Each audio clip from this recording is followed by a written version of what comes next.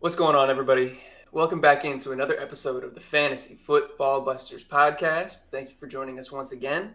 We were recording this on Tuesday, October 11th, coming fresh off the heels of that crazy Raiders-Chiefs game. I'm excited to talk about that one.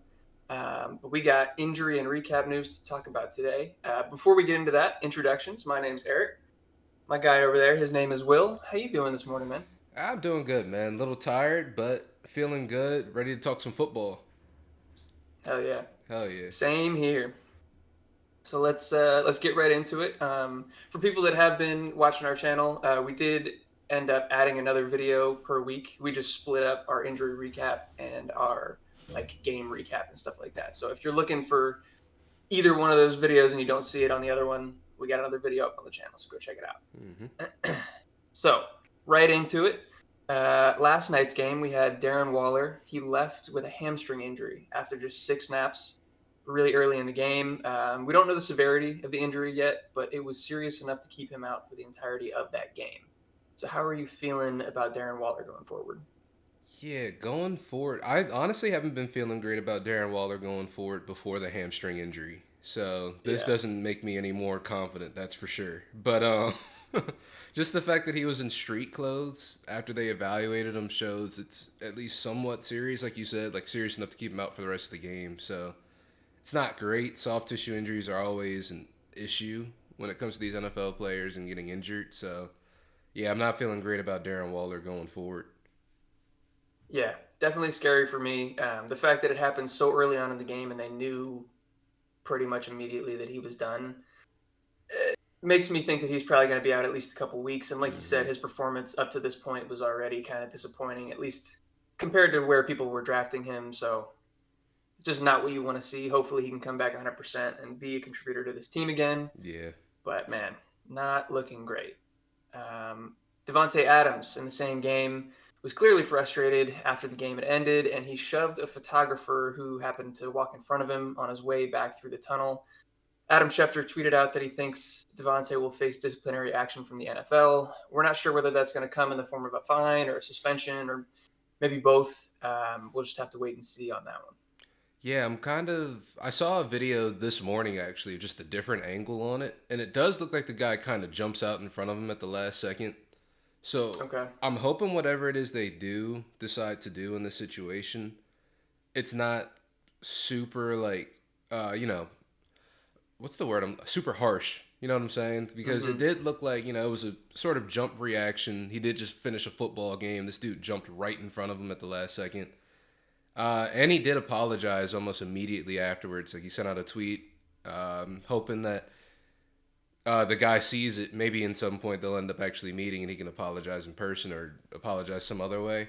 But I don't think Yeah. it was anything super malicious. I do see, like, if they did discipline him, I'm not going to be upset about that because he did shove the shit out of that guy. But at the same time, with the context and with seeing it from a different angle, it didn't look as bad as originally. Okay. Yeah, I don't think I've seen the different angle that you're talking about yet, but Hmm. that's good context. Yeah, we'll just have to see what the NFL does at this point. So if you are a Devonte Adams owner, just be monitoring that situation. Hmm. Um, T. Higgins, he was dealing with an ankle injury already coming into this week. Um, they were saying, I guess, I didn't hear this news until after the game had started, but they were saying that he might have been on a pitch count Oh. um, regardless. But either way, he came in and he did re aggravate the ankle injury. Zach Taylor said he's dealing with a sprain, but didn't specify anything beyond that. I was scrolling through Twitter trying to find something from like FB Injury Doc or one of the other, um, you know, injury doctors on Twitter. He said that based on the video, it was like a high ankle sprain mechanism. He can't guarantee, obviously, just based on video, but like that was what he saw from what the ankle did. So it could be a long term issue. Obviously, we got to wait and see what the team comes out and says, but that's what I heard. Yeah, and it's not great for a wide receiver with an ankle injury because they are the position that does the most, explosive movements and cutting and whatnot. Well, running backs as well, but you know what I'm saying. It's not Yeah. great to have a wide receiver in this position, and hopefully things get better soon. They let us know a little bit more information. If it's a, did they, when he first got the ankle injury, did they say what it was then at that point? Like during the game. Well, they say this is a re-aggravation. What was the original injury? Oh, to be honest, I'm not sure. I want to say Zach Taylor at some point last week said he rolled it, but I don't Okay. think he got specific. Yeah, So they never really gave a real injury designation. They just said, "Oh, he hurt his ankle. We're hoping he gets yeah. back in time." Okay. So yeah, it's As not far as looking. I'm aware. It's not a great sign, but Yeah. yeah, guess we'll have to see. So T Higgins owners, be a little bit nervous, just a little bit, but hopefully it's just something they can turn over pretty quick. But we've seen Yeah. ankle injuries go from something that someone could come back from in 1 week to the Antonio Browns who still haven't gotten surgery on an ankle injury. So Yeah. Yeah. So we'll keep an eye on that one. And then, hey, positive news to me. Obviously, we don't want to celebrate people getting fired, but I'm gonna. oh, I'm Matt gonna. Rule. We, He's gone, baby. ladies He's and out. gentlemen, we got him. Matt Rule, after going 11-27, is out of there. Let's go. Let's go. I I don't. yeah, I don't know how much positivity is going to come out of this, just because their team is still shit. We're hearing from Jay Glazer and from other sources that they might clean house and try to just sell off, all of their tradable pieces for picks. hmm DC, the defensive coordinator Phil Snow, also out the door, along with Matt Rule. I don't really know anything about the interim head coach. I'm also forgetting his name right now, so that's not helpful. But yeah, also next on this list is that Baker Mayfield was said to have suffered a high ankle sprain. He's now seeking a second opinion. He's trying to play, but it seems like that's really unlikely that he's going to be able to do that. PJ Walker would be in line to start if Mayfield misses, because I think Sam Darnold is still recovering from his high ankle sprain. So this team really could still be in shambles, but Matt Rule gone is a positive in my book. Yeah, it's like one of those situations where it's like, it can't get any worse, right? So, they're putting it in the hands of, I think, the interim head coach. I just looked it up, Steve Wilkes. Okay. I'm not really sure. I don't know too much about him, honestly. Do you? Dude, I don't know I don't know much about his background or his coaching style, but I do remember he got the interim job in Arizona. I want to say after Bruce Arians left, hmm and he inherited the Josh Rosen era. So he's really getting the short end of the stick. That is all I know about him. Oh, my goodness. Yeah, I'm taking a look now. Head coach of the Cardinals in 2018, defensive coordinator for the Browns in 2019. He coached in college the year after that as a defensive coordinator, or 2 years after that. Yeah, so it's just he was the defensive passing game coordinator and secondary coach this year. It's an interesting guy to Interesting. promote to your interim head coach. But hey, can't get worse. Baker And Mayfield. Go ahead. and it wasn't Ben McAdoo, which I'm also very happy about, because that would have been Oh, just as much of a disaster as Matt Rule. yeah. If it was Ben McAdoo, it's like, we're just trading at this point. We just swapped them out. Back to square one. But yeah, Baker not playing. Uh, him seeking a second opinion. I don't really know what that's gonna do or what, but Yeah. yeah, it looks like it's the PJ Walker show for a little bit, which I don't know if it's an upgrade or a downgrade for anybody. This team has already been pretty bad to start with, so it's going to be an adjustment. So all this is saying is if you're a Christian McCaffrey owner or you're a DJ Moore owner, you can at least have a glimmer of hope now, just a glimmer. Before it was there's no hope. Now there's a glimmer. Well, Christian McCaffrey, he was still doing fine. But DJ Yeah. Moore, at least there's a glimmer, or maybe they're selling these players off and DJ Moore goes to a better situation. Yep. Yeah, but just have some hope. A little bit of hope. Yep. Yeah, I want to address there have been some rumors swirling out there that the Bills had contacted Carolina about Christian McCaffrey. They had been in the market for a pass catching running back. Obviously, they tried to sign J.D. McKissick in free agency. They ended up drafting James Cook. He hasn't gotten very involved. Obviously, Christian McCaffrey is far better than either of them. hmm But I did see, I want to say it was Tom Pelissero came out and tweeted that those rumors are false. There hasn't been any contact between the teams about Christian McCaffrey. It's not impossible that happens in the future, but to this point and to his knowledge, he hasn't seen that. So Yeah, so it's just keep an eye on the situation because stuff could get pretty crazy soon. Maybe. Yeah.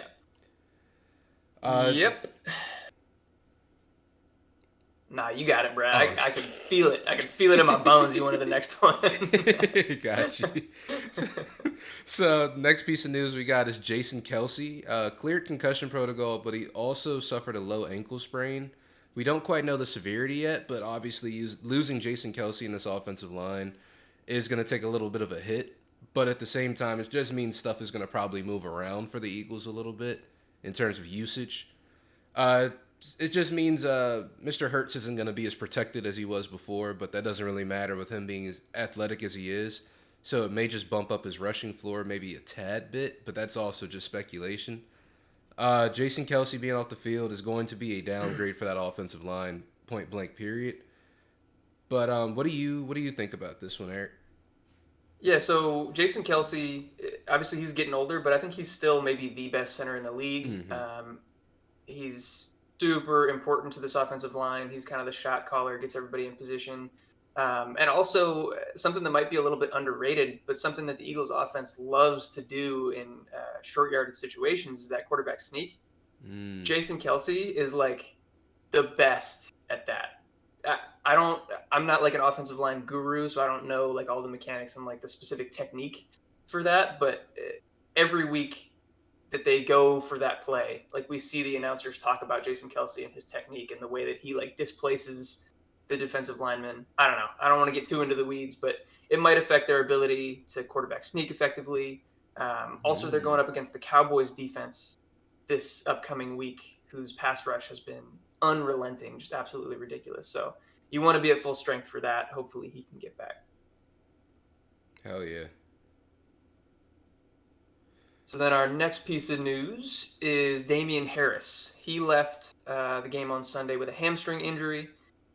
Definitely worth noting there. And then also Ty Montgomery isn't expected to be back this week off of IR. So Ramondre, who had just a monster game last week, over 20 carries for like 160 yards, is going to have to shoulder the load again. So for fantasy managers with Ramondre, great news. You have Damien Harris. Oof. Yeah. Honestly, and it's looking like Ramondre Stevenson, this is his time where he's going to start taking over this backfield. And we've seen this happen before just in previous years.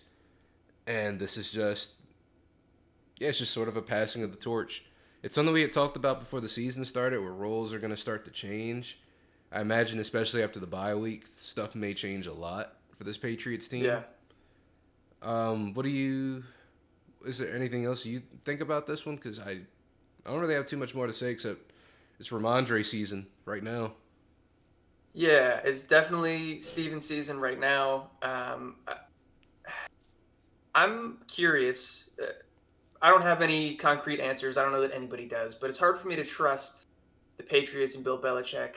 Like once these guys get back healthy, to not continue rotating them. I think Ramondre has earned the bell cow role if they so choose to give it to him. But I don't know. I feel like there's a lot of loyalty and trust in Damien Harris. So once he comes back, he could still be fairly heavily involved. Ty Montgomery seemed to be the third down back, the pass catcher, when he was healthy. So I'm a little bit nervous that maybe once they all get back healthy, Ramondre is put back into just a rotational role, which would really suck. I also don't want to predict that. Like I have no idea. I'm going to say I don't know on this one. It's just something worth considering. Hell yeah, man. We all love a little speculation, though. Yep.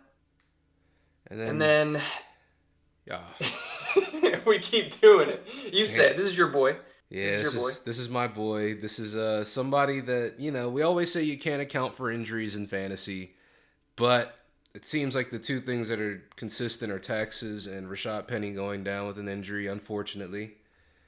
Seems if he's fractured his fibula, he's likely going to need season-ending surgery, so his season's done. And it hurts to say it. This is one of my guys. I've always wanted him to kind of prosper, and he just hasn't really been able to hit his stride. He just keeps getting hit by this injury bug, and we hate to see it season after season after season. So, Rashad Penny, prayers out to you, man. Hope you recover. Hope you get picked up by a team next year and you can kind of bounce back again because he was on this one-year deal with Seattle this year, right? And with that being said, though, Kenneth Walker has a pretty big role that he's stepping into now. Did a lot with it last week. Was able to get 14.8 fantasy points off of 8 touches, which is very impressive to see.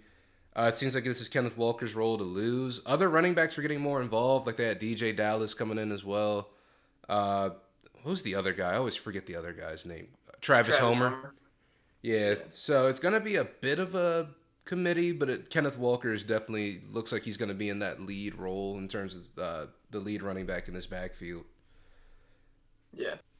Yeah, like you mentioned it already, but again, this really, really sucks for Rashad Penny. I feel so bad for him. He had just had a press conference either this past week or the week before talking about how happy he was to finally be back healthy and producing at a high level. He was being really open and honest about like how his injuries had affected him as a person. You know, like he felt like he was letting the team down. He knew he had high draft capital and stuff like that. So he was he was really happy to be producing again, to feel like himself and to be able to do that for his team and the fans. So for him to go down, it's heartbreaking. And he was having a great season. He was doing really well. So yeah, shout out to him, man. Hopefully he gets back. But yeah, like you said, Kenneth Walker is walking into a huge role. If he happens to be out there on waivers, which he shouldn't be, but if he is in your league, go spend almost everything. If it's waivers for your league, obviously you want to use your number one waiver priority. If it's fab, free agent acquisition budget, this is where like knowing your league mates matters a lot and like what you think they're going to spend. But I'm down to spend like 60, 70, maybe more than that percent to get a guy like this that could be a league winner down the stretch. Yeah, this is a lead running back in an offense right now that's like I think it's the 8th best offense in the league somehow. Seattle. They're humming, yeah. Yeah.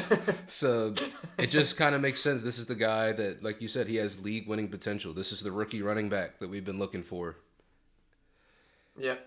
I just wish it wasn't in this situation, but it happens. It's football, but it's sad to see. It is what it is. Yeah, so we'll get into the next piece of news. Chris Olave, who's just been balling this season and was on his way to another great game, got a concussion in this same game against the Seahawks. He's currently still in concussion protocol. This one was kind of scary. He was definitely knocked unconscious. You could see it. He kind of collapsed to the ground. And they ruled him out right away. So that was good to see. The new concussion protocols and the NFLPA, what they got instated has been working. So that's a positive. But obviously we want to monitor this situation to see what happens Chris Olave going forward.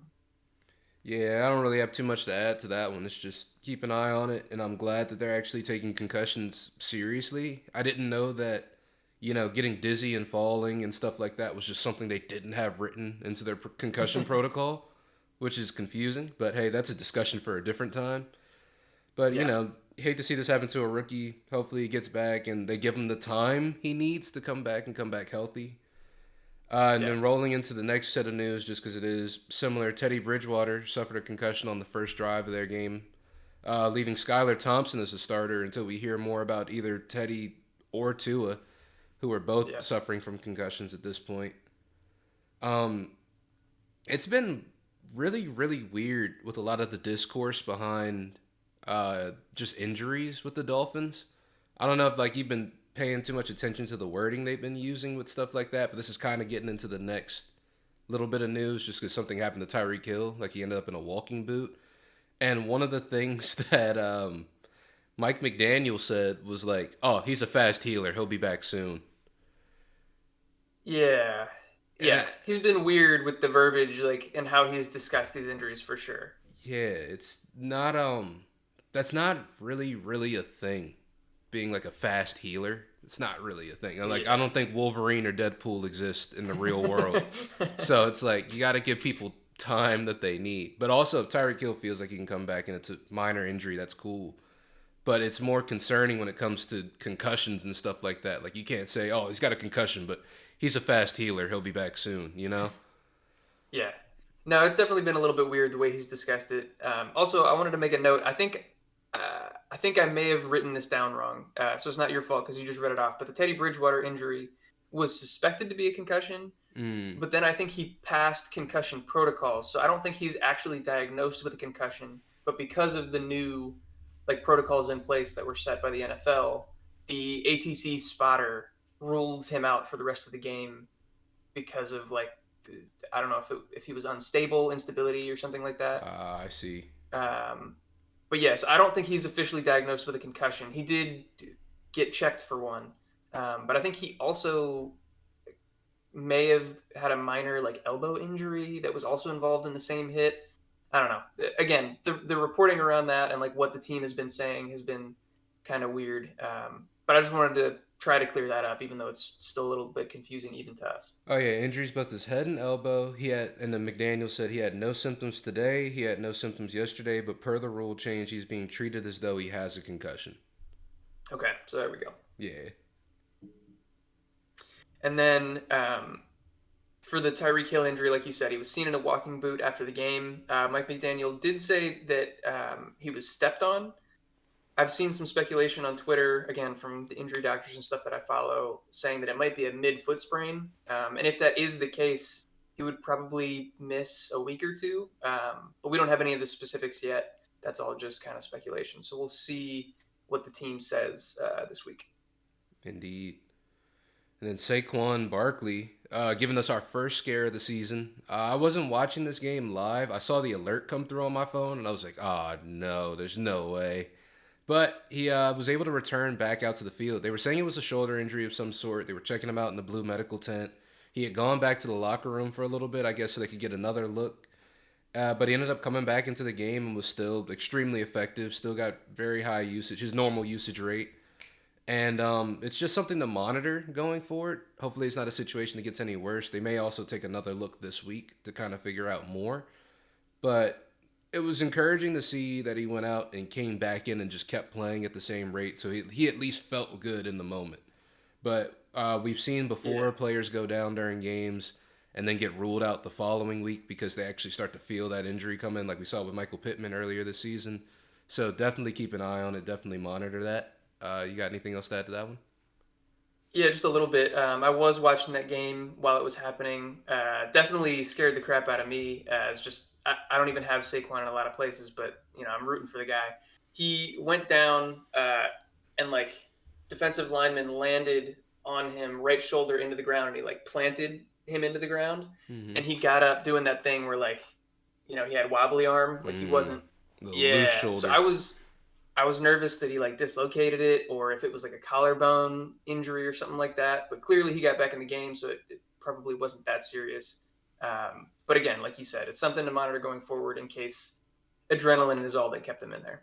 Yeah, it could be a number of things going on. So for me to even try to speculate and not be a doctor would be crazy.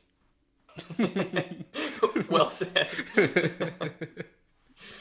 So that leads us into our next piece of news. James Conner, he left Sunday's game early due to a ribs injury. And Darrell Williams also left this game early with a knee injury. So that left Eno Benjamin to kind of shoulder the load. I think Jonathan Ward was also involved, but then he also got hurt. I didn't list that on here, but, fourth string running back. Anyway, we'll see what the deal is with the rest of these guys, but Eno could be in line for actually a decent amount of work, and he's looked pretty good in the opportunities that he's had so far this season. Yeah, he's been extremely efficient anytime that he's actually gotten the ball and gotten an opportunity. Is that going to translate over to if he possibly gets a full-time role? Most likely not, but who knows? We don't know. Just somebody else. Keep an eye on James Conner. Keep an eye on Darrell Williams. If you're looking for the replacement running back in this backfield, if both of these guys don't play, it would be Eno Benjamin, but I also wouldn't go out and blow a ton of fab on him. I know we had rung the bell for Kenneth Walker. That's a different situation. I would not blow a lot of fab on Eno Benjamin. I would try to get him, but it's not somebody that I'm like, oh, you got to go out and get him right now. He's going to be the guy, especially with this offense operating the way it has been. It's just not. Yeah, it's just not the best, in my opinion. Yeah, you never know, but I doubt that the Conner and Darrell Williams injuries are that serious, so it would probably just be like a one-game thing. And even with that being said, if it were to go further than that, like James Conner hasn't looked good as the lead back. He hasn't been a fantasy producer as the lead back. So to just put Eno in there in the same situation. Like, he has been efficient, but who knows if he's going to produce any more than James Conner has. So, yeah, not a super high priority ad, but definitely somebody to keep on your radar. Mm-hmm. And then we'll wrap up here with some guys that none of these guys played this week, but just kind of an update on their injury status. Dak Prescott is still day to day, but he does say that he can grip a football again, which is definitely progress for him. We went from thinking he was going to be out 2 months to him saying he was going to be back by this week to now it seems like they're going back to the cautious route and he could still be out a couple more weeks. I don't really know what to think here. I guess I probably should have just trusted my gut in that Jerry's always way too optimistic about injuries, and it was probably going to be the original timeline from the jump. I was about to say I will remind everybody and just you that we did say that early on was that Jerry is the most optimistic, one of the most optimistic people in the league. Jerry Land, he lives in a different world, and I'm pretty sure to this date he is probably the only person. Him or maybe Mike McCarthy has said it too. But I think they're the only two that have said Dak could be back by week 5. I don't think anybody else at the team, any type of medical professional has said Dak's definitely going to be back by week 5. And because it's such a process to get back. Like him being able to grip a football is step 1 out of like 6 before he's really able to get back to being an NFL quarterback. Because you got to be able to do more than grip a football as an NFL quarterback, unfortunately. Right. Yeah, I do think that Dak was pressing that timeline as well, but that's what you expect from a player. He's going to want to get out there as early as possible. You almost never want to trust the player who's talking about recovering from an injury. So, yeah, that is the update we have for you on Dak. Rashad Bateman. John Harbaugh said that he might be back this week. He's hopeful. Not a lot of specifics there as to his recovery timetable, but it does seem like it wasn't a super serious foot injury that he's dealing with. So if he does come back this week, that would be great for the Ravens and for him. You have any sort of thoughts on that news? No, it seemed like the injury that he had at first, it wasn't going to be something that sidelined him for a long time. So it is good to see they're working him back up. And knowing, like with the way this team is operating, I think they are just going to wait until he is 100% good to go. And so if he's back this week, I can consider him good to go. And fantasy owners should also consider him good to go. Yeah. I do want to say Devin Duvernay actually looked pretty good in the featured role. He's been balling this year, actually, like this whole season, Yeah, he looks good even when Rashad Bateman was playing alongside him. But yeah, they've deployed him in some pretty creative ways, like a Debo light almost. He got some carries. He's gotten a lot of close to the line of scrimmage type plays manufactured for him, but also deep shots, red zone targets. It's been impressive from him. So I wanted to make a note of that. Mm-hmm. And then the last piece of news that we have, Jahan Dotson says that he can't put a timetable on his return from the hamstring injury, but he classified himself as day-to-day. Do you have any sort of specifics or any other thoughts on this? I haven't heard too much aside from just what Jahan said. Yeah, I haven't really heard too much either. In terms of like Commanders news, this was probably not the one at the top of the list for me. I was watching a lot of the press conferences from yesterday where they were talking about Carson Wentz. But yeah. It's going to be interesting to see if he's able to come back because it's a pretty quick turnaround this week. They play on Thursday. Right. I'm not super confident. It's a grade 1 hamstring injury, which in terms of severity, it's not the worst. So he could possibly be back, right? It goes grade 1, 3 is the highest in terms of. Yeah. I'd be surprised. Yeah. I'm not going to put a stamp on it. Obviously, there's hope that he could be back, and he's not ruling that out. But considering the quick turnaround, like you said, on a Thursday game, I think that they'll probably play it safe with him and give him at least another week. Would be my guess. Yeah, so I'm not gonna be super optimistic on Jahan Dotson and say, yeah, he's gonna play this week, but it is encouraging to see that, he's day to day, he's feeling a little bit better, but if he's still day to day, I don't think that's gonna change, like you said, before Thursday hits. Yeah. Yes, sir. So that will do it for us. As always, man, these injury rundowns, they're getting longer and longer every week. It seems like people are taking a bunch of hits, which sucks for the NFL, sucks for them as players. But I'm glad that you guys stuck with us till the end. I hope that you got some good information out of this. If you enjoyed, if you got the information that you needed out of it, please give us a like. That would be much appreciated. Help us out a lot. Subscribe if you want to see our other videos coming out down the line. Check us out on our other social platforms. We're on Twitter. We're on TikTok. We're putting out videos over there. We got some YouTube shorts coming down the pipeline. So, yeah, give us a follow. Check us out. We would very much appreciate it. Will, you got anything else left to say to the people? Nah, I got nothing left. Blow all your fab on Kenneth Walker. That's our waiver wire thing. And check out our TikTok. We're gonna try to get more active on there as well. The link will be down in the description. And do all that good YouTube stuff. Like, comment, subscribe, and just have a great day. And we'll see you extremely soon with the next video. Oh yeah, love y'all. Peace. I'm winning again. How could I lose? I was born just to win. Could never lose, so I'm winning again. I'm winning again. I'm winning again. Minute by minute, I'm meeting the end.